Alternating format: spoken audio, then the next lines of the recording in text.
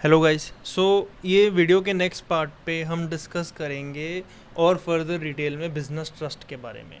If you did not watch, go first watch the first part, otherwise तुम्हें कुछ समझ नहीं आएगा। ठीक है, तो basically business trust two types की होती हैं as per SEBI regulations also. जो कॉन्सेप्ट है बिजनेस ट्रस्ट का, that is divided in REIT and InvIT. मैंने आपको पिछले वीडियो में बताया था कि रीट मतलब रियल एस्टेट में इन्वेस्ट करती है या कमर्शियल प्रॉपर्टी या रेजिडेंशियल प्रॉपर्टीज़ ले सकती है। इन्विट क्या होता है? हाईवेज, एयरपोर्ट्स, पोस्ट, जो भी इंफ्रास्ट्रक्चर फैसिलिटीज़ है ना बेसिकली, जैसे कंटेनर फ्रेट स्टेशन, बहुत सारे इंफ्रास्ट्रक्चर प्रोजेक्ट्स हैं, वहाँ पे इन्वेस्ट कर सकती है। तो इनको फ़ायदा क्या होता है इन्वेस्ट करने का? सोर्स ऑफ इनकम क्या है बेसिकली? सोर्स ऑफ इनकम अगर तो रीट है, उस केस में तो रेंटल इनकम आएगी। अगर उसने डायरेक्टली, मैंने बोला दो चीज़ें कर सकती है, या तो अगर वो कंपनी है तो उस कंपनी के शेयर्स खरीद ले, वो शेयर्स खरीदेगी, अपने यूनिट्स देगी, या फिर डायरेक्टली प्रॉपर्टी खरीद ले। तो जब अगर कोई डायरेक्टली प्रॉपर्टी खरीदेगी तो उससे डायरेक्टली रेंटल आएगी, या फिर डायरेक्टली प्रॉपर्टी खरीद के बेच भी सकता है, वो सेल ऑफ प्रॉपर्टी। अगर शेयर्स के थ्रू खरीदा है उन्होंने तो सेल ऑफ शेयर्स। तो यहां से इनकम आ सकती है। एक और पॉइंट है interest on loan to SPV. SPV मतलब XYZ लिमिटेड।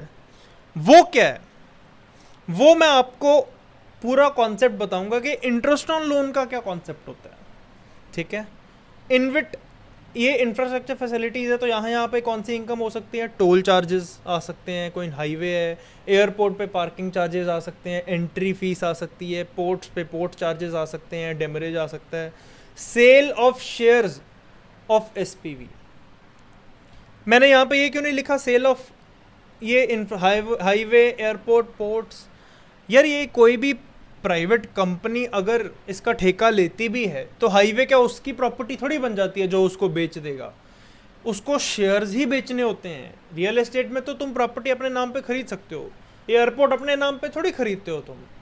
ये सब तो ओनरशिप गवर्नमेंट के पास ही होती है ना, हाईवे वगैरह की। तो यहाँ पे sale of shares of SPV and interest on loan to SPV. ये एसपीवी को इंटरेस्ट क्यों दिया? हमें एसपीवी से इंटरेस्ट क्यों मिल रहा है? इसका मतलब हमने लोन दिया होगा, बट देते क्यों है? इसका मैं आपको रीज़न बताऊंगा। अब नीचे आते हैं, वही सेम एग्जांपल जो फर्स्ट वीडियो में था। मिस्टर राम प्रमोटर है जिसको बिजनेस ट्रस्ट के कॉन्सेप्ट में स्पॉन्सर बोलते हैं। उसकी एक कंपनी XYZ लिमिटेड। इस कंपनी के अंदर एक मॉल है जो कि business trust that is REIT उसने खरीदा है।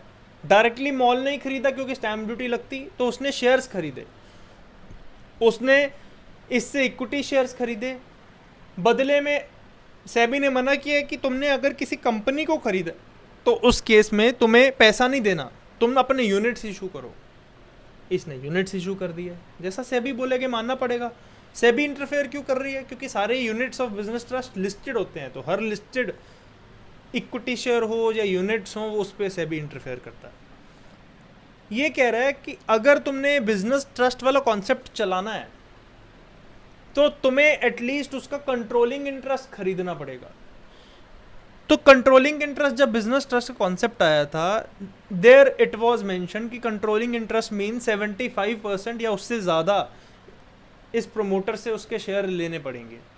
लेकिन धीरे धीरे अमेंडमेंट आई, तो 2018 में एक अमेंडमेंट आई कि कंट्रोलिंग इंटरेस्ट का मतलब है 50% या उससे ज़्यादा। तो कंट्रोलिंग इंटरेस्ट मतलब इक्विटी शेयर उसको 50% या उससे ज़्यादा खरीदने पड़ेंगे, तो उसके पास कंट्रोलिंग इंटरेस्ट आ जाएगा। ये XYZ है। XYZ के अंदर मैंने आपको दिखाया था कि उसके अंदर मॉल कहाँ है। XYZ की बैलेंस शीट है। XYZ की बैलेंस शीट में ये देखो 200 करोड़ का मॉल, कैपिटल है 50 करोड़ जो तो मिस्टर राम की इनिशियल इन्वेस्टमेंट थी, और लोन है, लोन लिया उसने 150 करोड़ का बैंकों से। ठीक है, सिंपल सी बात है। इसको इक्विटी शेयर्स मिले बिजनेस ट्रस्ट को, उसने यूनिट्स दे दिए। मिस्टर राम के पास यूनिट्स आ गए बिजनेस ट्रस्ट के। लिक्विडिटी कैसे आएगी? जब ये यूनिट्स बेचेगा, क्योंकि यूनिट्स लिस्टेड होते हैं तो वो इजीली बेच सकता है। एक सेक्शन है, तुम लोगों को इनकम टैक्स तुमने पढ़ा होगा, सेक्शन 2 क्लॉज 47, जो कैपिटल एसेट्स के ट्रांसफर की डेफिनेशन बताता है। उसमें transfer includes sale and exchange of assets. मतलब तुमने अपना घर दे दिया किसी को और उसके बदले उसने पैसे नहीं दिए, गोल्ड दिया है, तो क्या एक्सचेंज ऑफ एसेट भी ट्रांसफर माना जाता है? यस।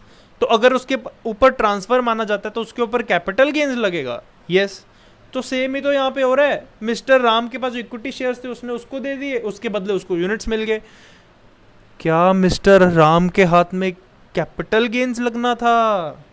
हाँ, तो सेक्शन 2 क्लॉज 47 में तो कैपिटल गेन्स लग रहा है इसके ऊपर। तो इसको तो जेन्युइन हार्डशिप नहीं लग रही। कैसी हार्डशिप सर? भाई जब उसके पास पैसे ही नहीं आए तो कैपिटल गेन्स किस हिसाब से लग रहा है? इस वजह से इस चीज़ को, दिक्कत को समझा और सेक्शन 47 में इसको ट्रांसफर ही नहीं मानते। Section 47 include certain transactions which are not considered transfer.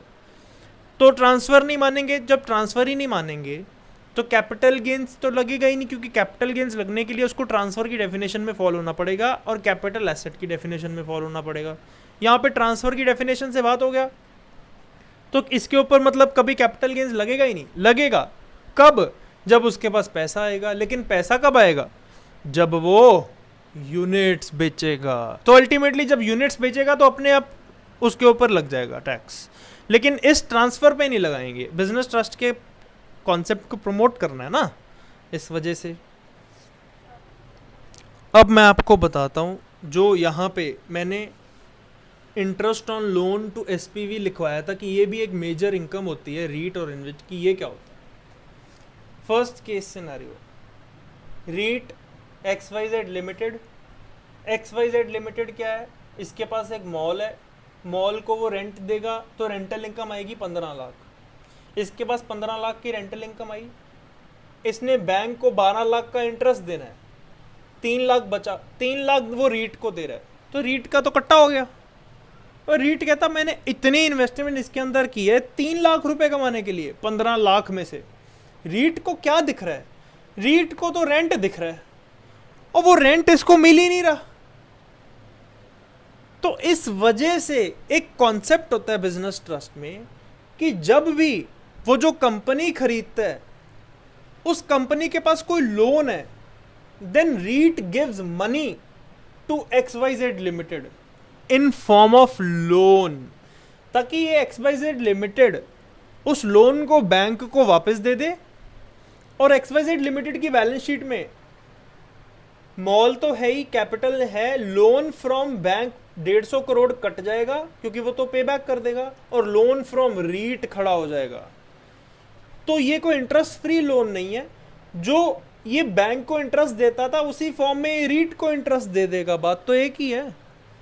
तो अब जो भी 15 लाख इसके पास आया रेंटल इनकम, वो in the form of interest on loan to REIT वापस दे देगा उसको। अब समझे interest on loan to SPV का क्या मतलब होता है? ये इंटरेस्ट ऑन लोन वही है भाई, उसके पास, उसको इतना चाहिए नहीं, पहले उसके पास पैसे नहीं थे, उसने लोन ले लिया, लेकिन अब तो रीट ने उसके अंदर ओनरशिप ले ली और उसको कब्जा कर लिया ना उसका। तो इस वजह से रीट क्या करती है? XYZ लिमिटेड को पैसे देती है, लेकिन पैसे ऐसे फ्री में तो देगी नहीं, उसको एज अ लोन देती है और उसको इंटरेस्ट मिलता है। ठीक है।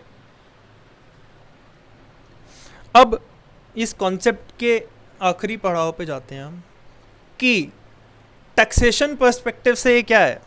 एक चीज़ तो मैंने आपको बता दी कि जब मिस्टर राम के पास यूनिट्स आए तो उसको कैपिटल गेन्स नहीं मानेंगे क्योंकि ट्रांसफ़र की डेफिनेशन से ही बाहर कर दिया। बाकी टैक्सेशन पर्सपेक्टिव्स क्या हैं इसके? देखो, अपने दिमाग में एक चीज़ रखो, रीट को उस XYZ लिमिटेड से क्या चाहिए? उससे कुछ नहीं चाहिए। उसको रीट की आंख क्या देख रही है? जैसे अर्जुन की आंख मछली देखती थी, नहीं, अर्जुन की आंख मछली की आंख देखती थी, ऐसे रीट की आंख किसकी आंख देख रही है? वो मॉल की रेंटल इनकम देख रही है। लेकिन सीधा मॉल की रेंटल इनकम तो मिलेगी नहीं उसको, क्योंकि मॉल की रेंटल इनकम तो XYZ लिमिटेड के अंदर आएगी। वो उसको इंटरेस्ट ऑन लोन के थ्रू देगा। कई बार ऐसा भी होता है कि उसने डायरेक्टली मॉल खरीदा हुआ है या रियल एस्टेट में इन्वेस्ट किया, तो उसमें उसको रेंट करेगा तो उसकी रेंटल इनकम आएगी। तो जो रेंटल इनकम है, अगर तो डायरेक्ट परचेज किया है, then the rental income of direct property, ठीक है। अगर तो ऐसे शेयर्स के थ्रू गेम खेली है इन्होंने, तो इंटरेस्ट टू एसपीवी, तो ये दो मोटी मोटी इनकम है। तो कोई भी मोटी इनकम होती है वो पास थ्रू हो जाती है इन्वेस्टर के पास। इसका क्या मतलब है? अरे भाई सिंपल है, इन्वेस्टर क्यों जा रहा है बिजनेस ट्रस्ट, और बिजनेस ट्रस्ट आगे इतने सारे कॉम्प्लिकेशंस हो क्यों रहे हैं? क्योंकि इन्वेस्टर के पास नॉलेज नहीं है, और पैसा नहीं है, और टाइम नहीं है। पैसा तो है चलो, टाइम नहीं है, नॉलेज नहीं है। अगर वो वैसे सीधा सीधा जाके इन्वेस्टमेंट करता तो उसको तो सीधा सीधा रेंट आता जो उसके हाथ में टैक्सेबल होगा। हाँ, जस्ट बिकॉज बिजनेस ट्रस्ट का कॉन्सेप्ट आ गया है, इस वजह से क्या बिजनेस ट्रस्ट के ऊपर टैक्सेबल होगा, इन्वेस्टर के हाथ में सब कुछ एग्जेम्प्ट ही होगा क्या? ऐसा तो नहीं होगा। तो बिजनेस ट्रस्ट के हाथ में टैक्सेबल होगा और उनके हाथ में भी टैक्सेबल होगा, फिर बिजनेस ट्रस्ट का तो कॉन्सेप्ट ही फेल हो जाएगा। इस वजह से इसको बोलते हैं मोटी मोटी इनकम को, जो रेंटल इनकम है in the form of interest on SPV and direct rent. It gets passed through business trust and goes to and gets taxable in the hands of investor, जो इनिशियल इन्वेस्टर है, जिसको हम unit holder बोलते हैं। तो sir इसके अलावा और कौन सी इनकम होती है? कुछ भी हो सकती है।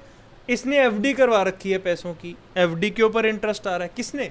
XYZ लिमिटेड ने। XYZ लिमिटेड ने मॉल का कुछ पोर्शन बेच दिया, उसके ऊपर कैपिटल गेन्स आ गया। XYZ लिमिटेड ने कुछ पोर्शन का इक्विटी शेयर्स खरीद रहे हैं आगे, या कोई और डेट इंस्ट्रूमेंट में है, तो उसका डिविडेंड, उसका इंटरेस्ट, जो भी अदर इनकम होती है, उस अदर इनकम को अगर बांटेंगे तो वो तो बिजनेस ट्रस्ट के हाथ में टैक्सेबल होगी, क्योंकि वो तो इंसिडेंटल इनकम है ना। मेन इनकम तो रेंट थी, वो पास थ्रू हो जाएगी और इन्वेस्टर के हाथ में टैक्सेबल होगी। अदर देन दैट वो रीट के हाथ में टैक्सेबल होगी, लेकिन जब एक बार टैक्स होगी तो इन्वेस्टर के हाथ में मिलेगी तो सही उसको, इन्वेस्टर को, लेकिन इन्वेस्टर के हाथ में टैक्सेबल नहीं होगी। तो ये था हमारा पूरा कॉन्सेप्ट बिजनेस ट्रस्ट का पार्ट 2। आगे और भी है, मैं और भी पार्ट्स बनाऊंगा। फिलहाल के लिए थैंक यू सो मच।